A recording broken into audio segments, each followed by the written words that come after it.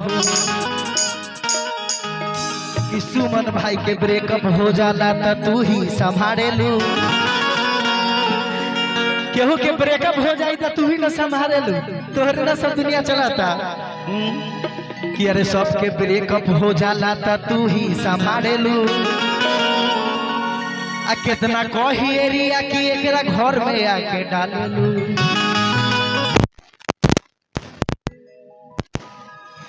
Number के बारे में बोल रहे हैं। नंबर आपने कितने लोगों का नंबर लिया है?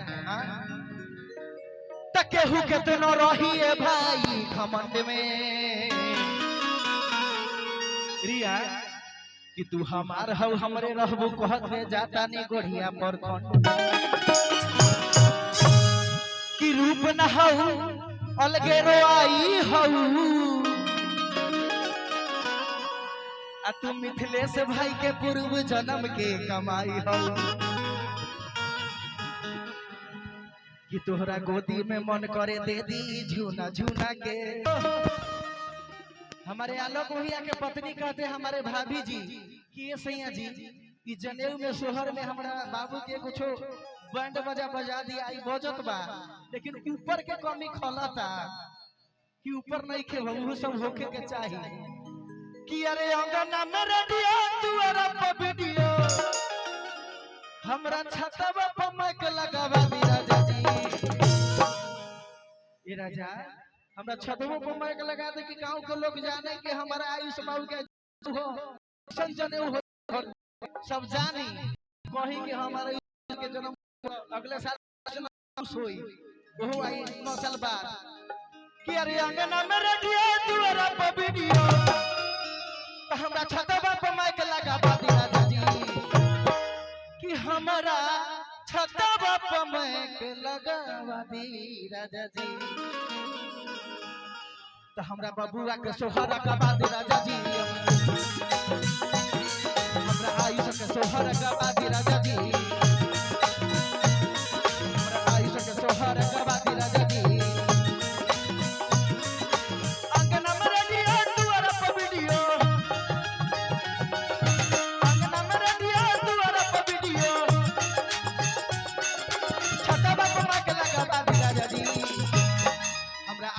सोहर का बाती राजा जी हमरा आयुष के सोहर का बाती राजा जी।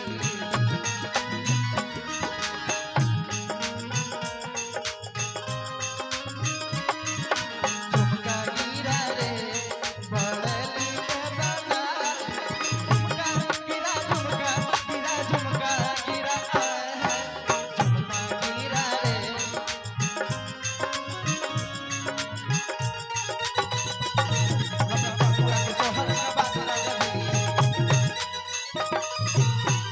आलोक भैया आप छिप कहाँ रहे हैं? थोड़ा सामने आइए। यही में ना होला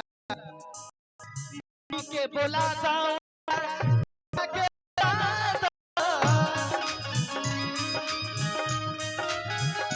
मम्मी के बोला जाओ उनका पापा के बोला जाओ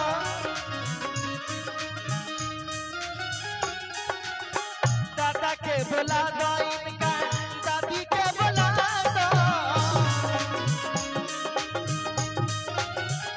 दादा के बोला दो इनका दादी के बोला दो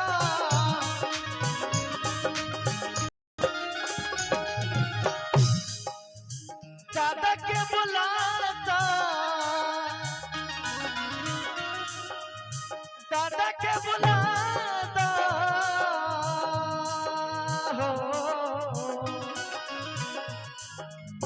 दादा के बोला दो इनका दादी के बोला दो $40 रुपया लुटाओ राजा जी। क्या बात है जी। एक बार दादा के लिए ताली बजाइए आप लोग तभी तो मजा आएगा। इधर ताली बजाते रहिए क्योंकि देखिए यही माहौल है। दादाजी झूम के बाबूरा के सोहर का बात राजा जी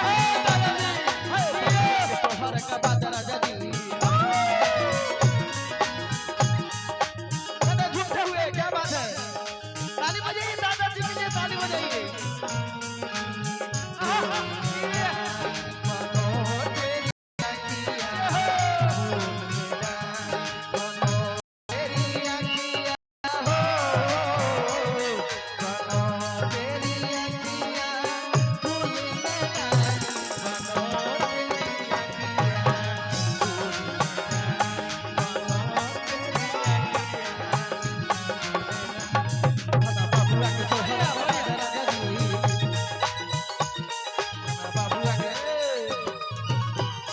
लड़का के मौसी के ने है मौसी जी।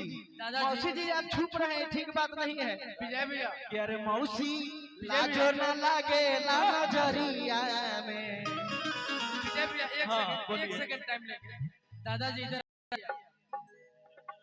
हमारा मुद्दा घर के रोशनी है दादाजी, अभी इस घर के मुखिया है ये। हाँ। लेकिन इन ख्यालों में आग लग जाए, उन बहारों में आग लग जाए, कि इन ख्यालों में आग लग जाए, आग लग जाए।